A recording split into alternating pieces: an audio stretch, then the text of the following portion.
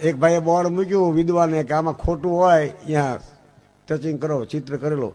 કોઈ નાક માથે ટચિંગ કર્યું, કોઈ કાન માથે કર્યું, અઠવાડિયામાં ચિત્ર વીખી નાખ્યું. પછી 15 દી બીજું ચિત્ર મૂક્યું કે આમાં સારું હોય અહીંયા ટચિંગ કરો. 2 મહિના ચિત્ર પડ્યું, કોઈ એટલું સારું દેખાય? સારું સારા ભાઈ હોય ને દેખાય. સારું ગોતું બહુ અઘરું છે. ભૂંડું ન ગોતું હોય તો કરી જાય. હકીકત કહું છું. તમે આરસનો બંગલો કરો ને તો કસરત કરી જ જાય. હામણી ચાલુ રાખવી પડે. બાકી કસરતો આવે આવે ના આવે ફેર નહીં. કારણ કે એનો સ્વભાવ છે કરી જવાનો નબળાનો.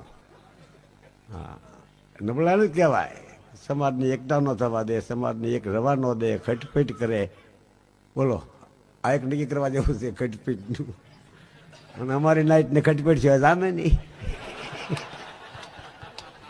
થોડીક કરે ને બાપુ તો જ એને હોણે આવે.